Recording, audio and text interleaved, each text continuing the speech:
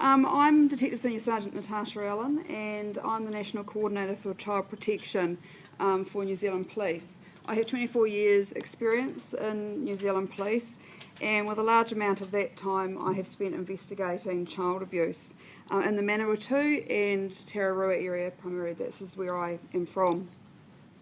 My role is based at Police National Headquarters, but my home is Fielding.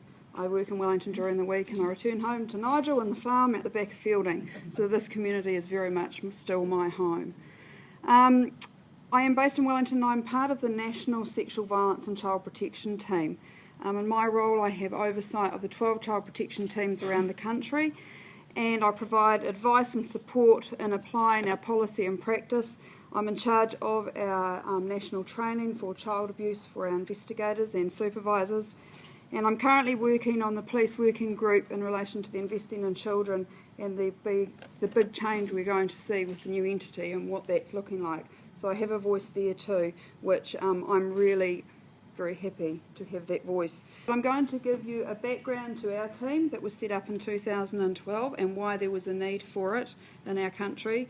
The link between child abuse and poverty, and I'm very careful there because a lot of people who are in poverty do not abuse their children, so I'd just like to make that point very clear, but I am referring to the cases where we know that that plays a part, and ask the question what you can do as a community, and there's one thing that I would like you to do which will certainly help us.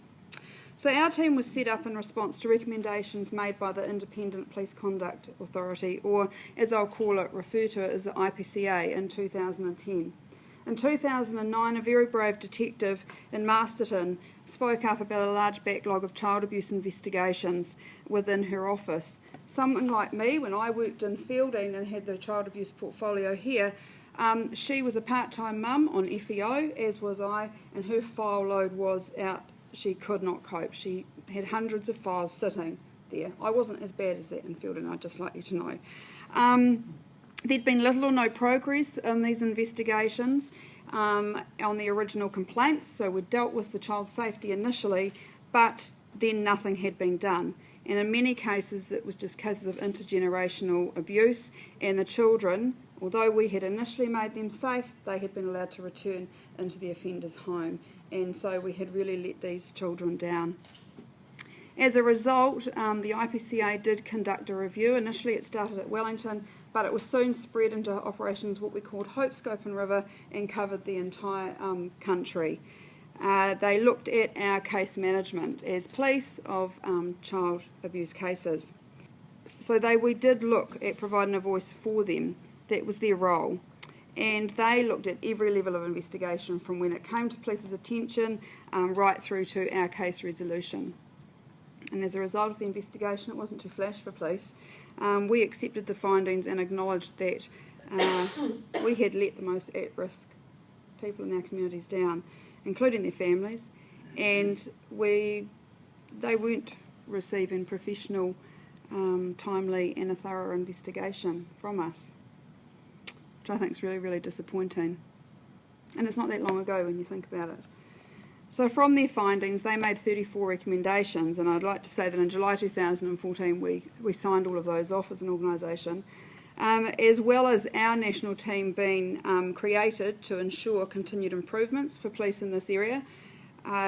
The most significant changes that we've seen is the creation of dedicated child protection teams in all 12 districts with portfolio holders in rural areas. District Child Protection Coordinator is appointed in each district. That's at the rank of Detective Senior Sergeant, and they oversee each district's response to child protection. Central Districts, which is your area, your coordinator is based in Palmerston North and oversees that work for your community. 7 of our child protection teams are now co-located in a multi-agency approach with Child, Youth and Family, and we are currently building on co-location in the remaining districts. Again, that's all on hold because we're not sure what the new entity is going to look like, but we are still pushing for that to occur because it certainly makes our job a lot easier being able to have those discussions, not emailing each other and trying to pick up the phone with the social workers we're dealing with. We brought in the implementation of a child protection protocol. And this is between police and child, youth and family, and it clearly defines the roles and responsibilities of each organisation alongside which types of cases to be investigated. Now this is the Child Protection Protocol is for the higher level offending, so we're talking about sexual or serious physical abuse or willful neglect, so it covers that level. I'm just in the final stages of, we have just reviewed that, it's been rewritten and we're waiting, hopefully in the next couple of weeks it will be signed off by the Deputy Commissioner and by the Deputy Chief Executive of Child, Youth and Family, and we've made some improvements to it, we hope. We brought in an improved tiered training model for recruits through to detective senior sergeants within our organisation to ensure that they were all aware of the service that we require for our families and for our children. And also the implementation of a quality assurance improvement framework designed to ensure consistent and quality investigation and service to victims throughout the country, setting the minimum standard required. Are we there yet? No, we still get it wrong, but we're certainly a lot better than we were. So as you can see, we've come a long way from 2009, but we realise that it's imperative that we keep that up to ensure that we do respond appropriately. Dr. Russell Wills, who was the Children's Commissioner, I worked closely with him, he used to present on my courses, and he says to me, and he says to my courses when he comes to talk, we like to believe that New Zealand is a great place for children. For the majority of our children, this is true, but for some, it is not. You probably all know that we have the 5th highest worst child abuse record out of 31 OECD countries. On average, 1 child is killed every 5 weeks. Most of these children are under 5, and the largest group is less than 1 year. Many of these homicides occur within the family environment and often follow neglect and abuse that has been occurring over a period of time. Abuse against children is a serious and extremely damaging social problem. In the family environment, it often begins as discipline before growing into full-scale trauma and violence. Some of this behaviour can be either caused or exacerbated by stresses of various kinds, and poverty is one of them. So how can you as a community help? Because it is a community problem and our communities must step up. We are all responsible for these at-risk children, not just police or child, youth and family. Evan's cartoon makes the important point that it's societal change that will ultimately lead to, say for example, violence in families. We know from drink driving and speeding campaigns that societal attitudes can change with sustained attention over time. Now this, Malcolm Evans did this on the back of, I believe it may have been Near Glacier. It was one of our horrendous child homicides, and I show this to the staff when I'm training them. This is the child that was abused and they're now deceased.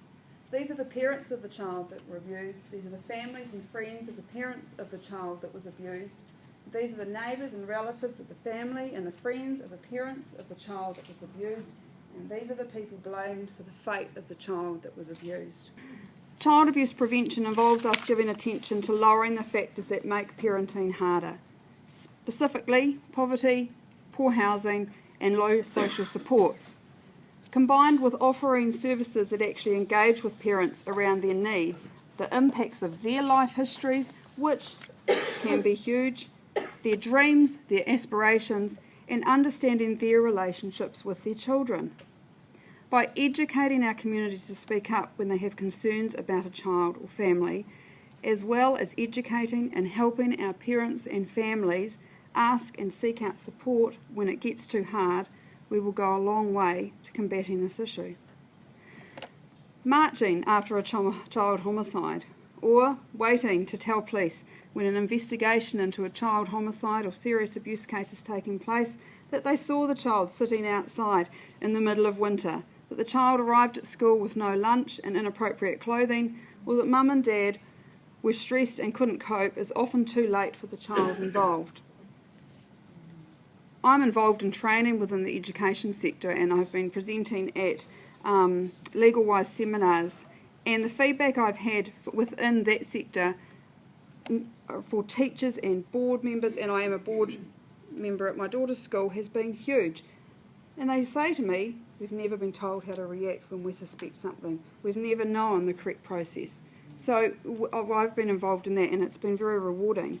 But my challenge to you is to develop an education plan and through a collective impact approach to get this message out to your community.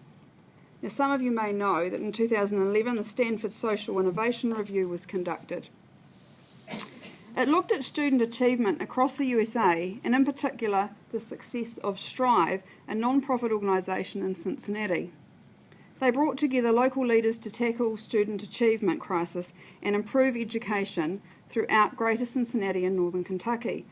In the first 4 years, Strive partners improved student success in dozens of key areas across 3 large public school districts. Why did Strive make progress when so many others had failed? It was because a core group of community leaders decided to abandon their individual agendas in favour of a collective approach to improving student achievement.